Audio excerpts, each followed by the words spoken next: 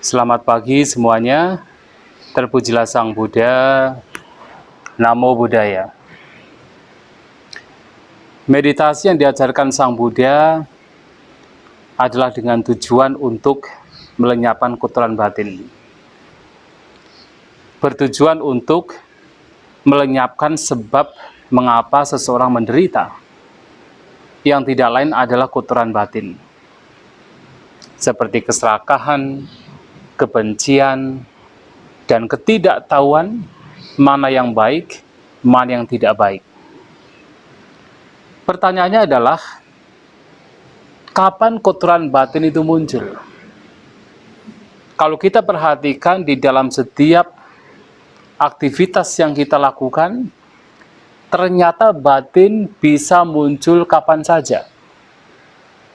Apakah pada saat kita berjalan, duduk, berdiri, berbaring, pada saat kita menggunakan indera-indera kita, melihat, mendengar, membaui, mengecap, bersentuhan, dan berpikir, kotoran batin bisa muncul kapan saja.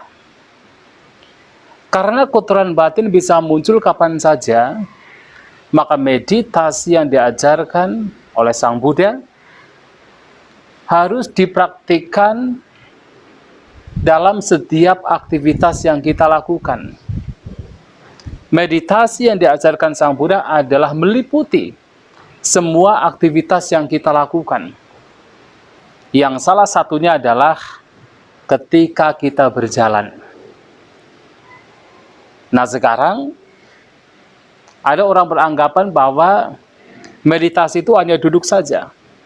Ketika bersila dengan mata terpejam, baru dikatakan sebagai meditasi. Padahal, bahkan ketika kita sedang berjalan, kita pun bisa melakukan meditasi. Kuncinya adalah berjalanlah dengan penuh perhatian, dengan penuh kesadaran, to be present, berada di saat ini dan sekarang, sembari memperhatikan langkah kaki kita. Kalau Anda berjalan dengan penuh perhatian, dengan penuh kesadaran, tahu Anda sedang berjalan, itu sudah bagian dari meditasi. Dan tentu selebihnya adalah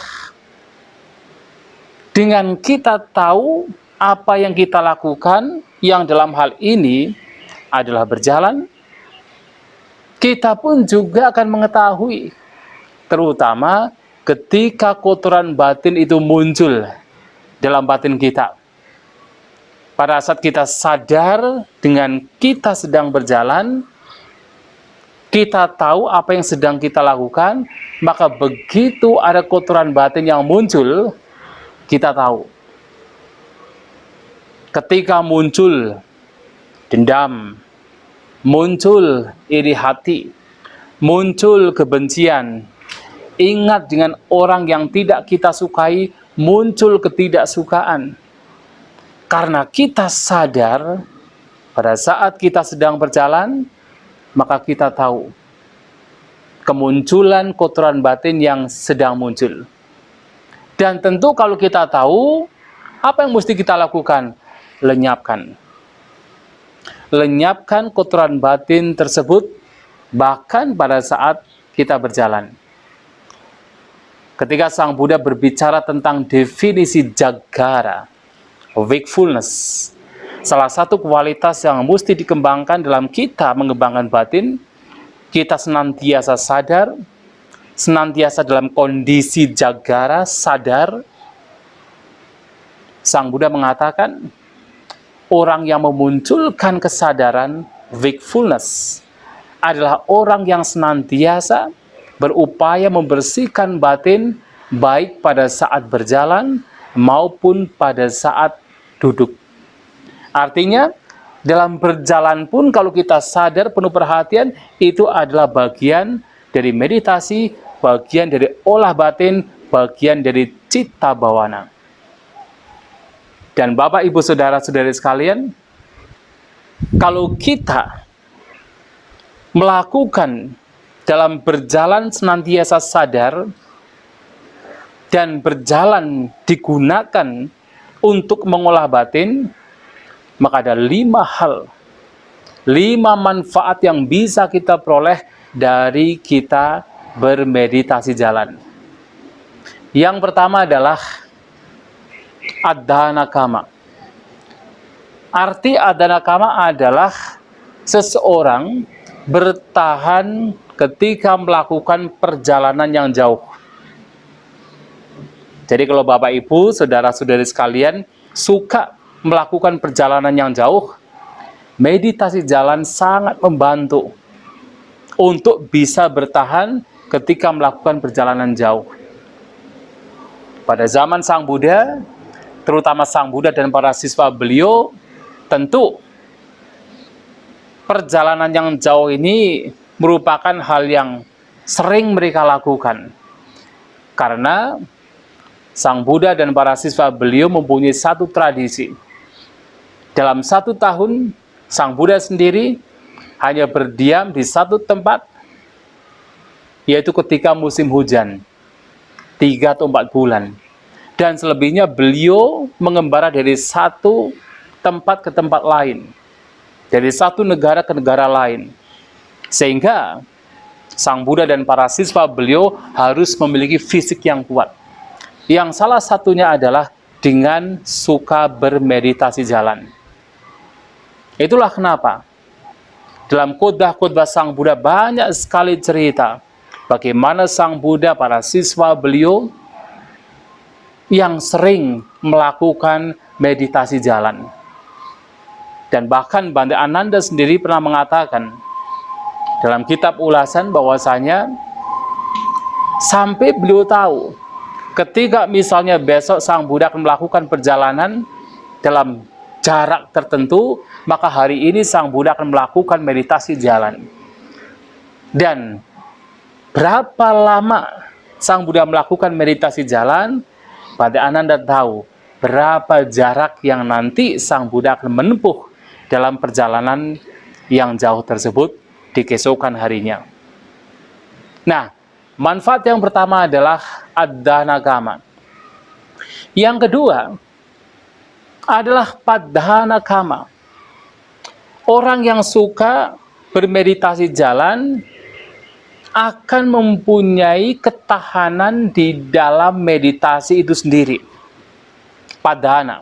Padhana artinya striving atau semangat di dalam bermeditasi. Orang yang suka bermeditasi jalan, ia akan bertahan di dalam meditasi itu sendiri. Kenapa bisa demikian? Bayangkan, kalau dalam 1 hari, 2 hari, 3 hari, 1 minggu, 1 bulan, seseorang hanya bermeditasi dengan satu postur saja. Misalnya hanya bermeditasi dengan postur duduk, dengan posisi duduk saja. Tentu, fisik tidak akan bisa bertahan. Sirkulasi darah tidak akan menjadi lancar. Dan meditasi yang intensif tersebut tidak bisa dipertahankan. Karena fisik tidak mengalami rileks, sehingga tidak bisa bertahan dalam bermeditasi. Tetapi kalau seseorang suka bermeditasi jalan, dan tentu harus diimbangi dengan meditasi duduk, dan meditasi dalam postur lainnya, orang demikian akan bertahan di dalam meditasi itu sendiri. Jadi ini penting sekali, terutama kalau kita sering mengadakan retreat meditasi. Dalam retreat meditasi kita tidak hanya bermeditasi duduk saja, tetapi juga harus diimbangi dengan meditasi jalan, agar dalam retreat tersebut bisa bertahan. Yang ketiga, meditasi jalan juga bermanfaat untuk memberikan kesehatan fisik. Sang Buddha mengatakan apabada. Apabada artinya sedikit penyakit. Atau dengan kata lain adalah memiliki kesehatan. Seperti yang tadi saya sampaikan. Kalau misalnya dalam keseharian kita hanya menggunakan satu, yaitu postur, tidak pernah berjalan, hanya duduk saja misalnya, maka sirkulasi darah kita tidak akan lancar. Tetapi kalau kita mengimbangi aktivitas kita, tidak hanya duduk tetapi juga berjalan, maka tubuh kita pun juga akan menjadi lebih sehat. Sirkulasi darah akan menjadi lancar, kolesterol juga berkurang, dan tubuh menjadi lebih sehat. Oleh sebab itu, meditasi jalan juga memberikan kesehatan fisik. Dan lebih dari itu, manfaat yang keempat yang diberikan oleh Sang Buddha adalah dengan meditasi jalan, seseorang akan memiliki pencernaan yang baik. Saitang, kaitang, parinamang gajati. Apapun yang dikunyah, apapun yang dimakan akan tercerna dengan baik. Dan ini penting. Apalagi kalau kita bicara tentang kesehatan. Kita tahu bahwasanya banyak penyakit yang muncul karena tubuh, tidak lain karena makanan. Makanan yang tidak sehat, makanan yang tidak tercerna dengan baik, akan menyebabkan penyakit tubuh. Bahkan, makanan yang tercerna dengan baik sekalipun juga menyebabkan penyakit dalam tubuh. Apalagi kalau makanan tersebut dimakan dan tidak tercerna dengan baik, maka mudah sekali menimbulkan penyakit di dalam tubuh. Dan oleh sebab itu, ketika bermeditasi jalan dan membantu pencernaan dalam tubuh, terutama makanan dalam tubuh, ini akan memberikan kesehatan fisik yang baik. Bahkan Sang Buddha pernah menyampaikan, salah satu faktor yang memunculkan perkembangan batin dalam seseorang bermeditasi adalah ketika pencernaan baik, ketika tidak ada masalah dengan pencernaan. Ini juga membantu ketika seseorang bermeditasi. Bisa kita bayangkan kalau misalnya kita bermeditasi kemudian perut kita kembung, perut kita tidak merasa nyaman karena makanan yang kita makan tidak tercerna dengan baik, dan ini akan sangat mengganggu dalam seseorang mempraktikkan meditasi. Maka pencernaan yang baik ini juga baik sekali untuk kita miliki. Yang kelima adalah seseorang yang suka bermeditasi jalan, dan ini penting sekali, akan mendapatkan manfaat samadhi cirang tidikang. Samadhi, ketenangan batin, keteguhan batin, konsentrasi batin akan bertahan lama. Nah, ini langsung berkaitan dengan meditasi itu sendiri. Yang kita tahu salah satu manfaat dari meditasi adalah membuat batin menjadi tenang, membuat batin menjadi tidak berpencar, membuat batin menjadi fokus, yang tidak lain adalah samadhi. Dan Sang Buddha menyampaikan kepada kita, bahkan ketika meditasi jalan, seseorang bisa mendapatkan konsentrasi pikiran yang lebih lama. Dan kita melihat di dalam khutbah Sang Buddha dan juga dalam kitab ulasan, ada beberapa orang yang mencapai kesucian bahkan ketika melakukan meditasi jalan.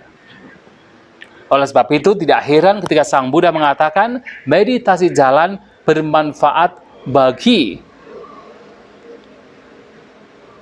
konsentrasi untuk bertahan lama.